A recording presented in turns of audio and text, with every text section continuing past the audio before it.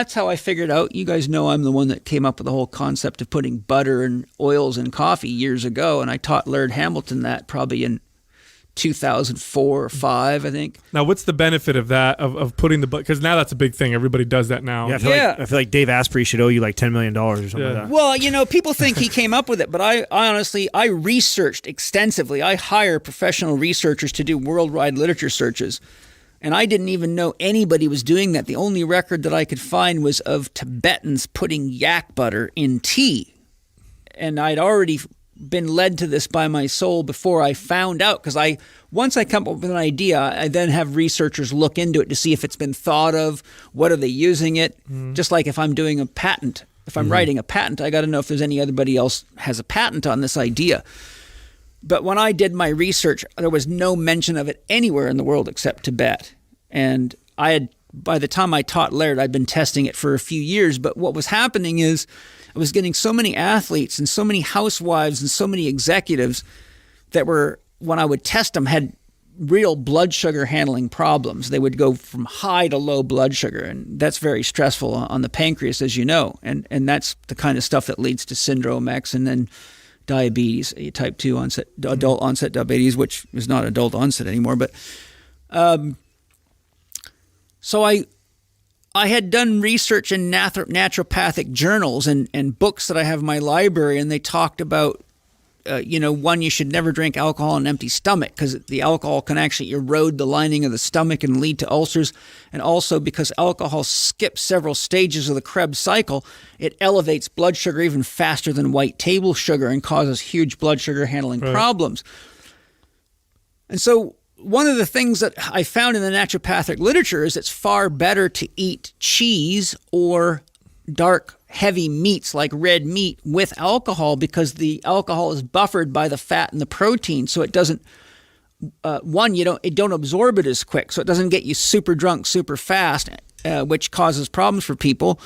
Women more susceptible to it than men, and it also that, like I said, that much alcohol without a buffer can damage the lining of the stomach. Cheese, meat, and alcohol. So I had already seen that research, so I thought, well, if that's true of alcohol, then we can. And then the other thought that came to me was time-release vitamins, chelated vitamins, they use minerals and various other bonding agents to cause a vitamin to release progressively over time. So I thought, well, what if I could create a time-release caffeine delivery system? Well, the natural thing to do is to try a high-fat. So because I'm dairy intolerant, I can't do any cream without it really giving me a headache. But I found butter micellizes in the coffee, where all the other oils I tested, such as Brazil nut oil, macadamia nut oil, peanut oil, coconut oil, I tested every nut oil you could get a hold of, and they all float to the surface. So what happens is it doesn't really work very effectively, because though you have a food source, the caffeine is not tied up.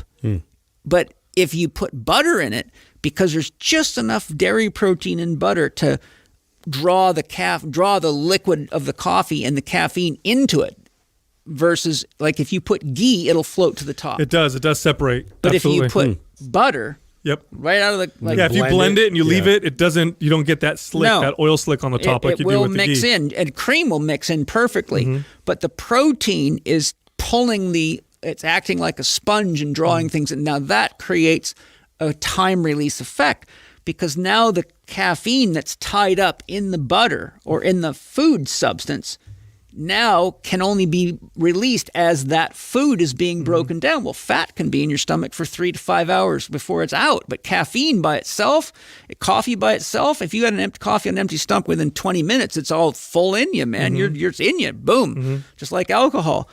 So what I was doing is finding a way to protect people from serious blood sugar handling problems, and also it leads people to drinking way more coffee, because it takes you up very high and drops you very fast. So then they have to reach for another cup to get to that high again.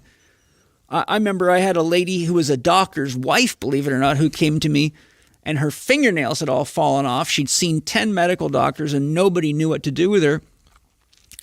one of the first things I noticed when I looked through her paperwork, because, I have holistic lifestyle, a lot of forms they have to fill out. It takes them several hours.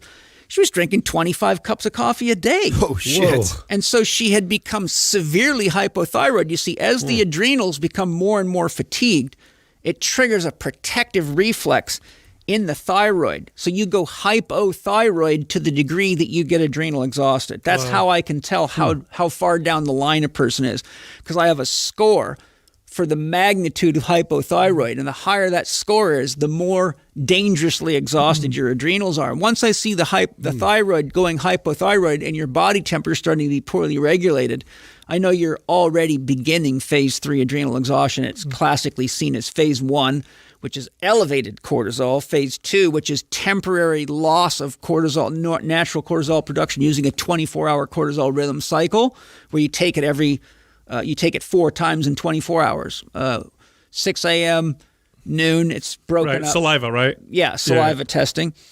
And then, so phase 2, you're down in one or more of those cycles. So you might have low morning cortisol. That would mean you're into phase 2. If you have high cortisol, it means you're in stage 1 adrenal exhaustion because you're overdriving the system. Okay. Stage 3 means you have chronically low cortisol in multiple of the 4 checks, and your ratio of cortisol to DHEA is disrupted beyond